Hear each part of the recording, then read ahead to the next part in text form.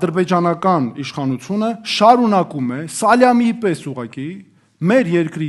մեր սուվերեն տարածքներից վերահսկողության տակ վերցնել ու նորից էլի ներխուժել ու կտրատել մասեր։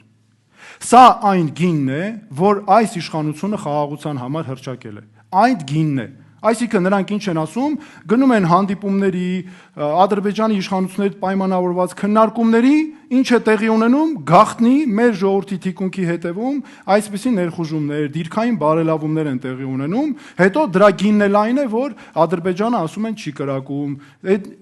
3 խոշոր պատերազմ բերած,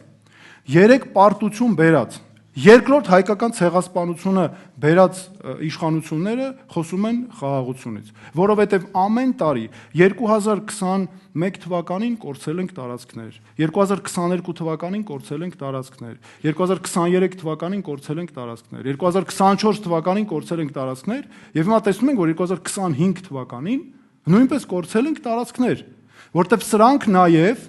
ոչ միայն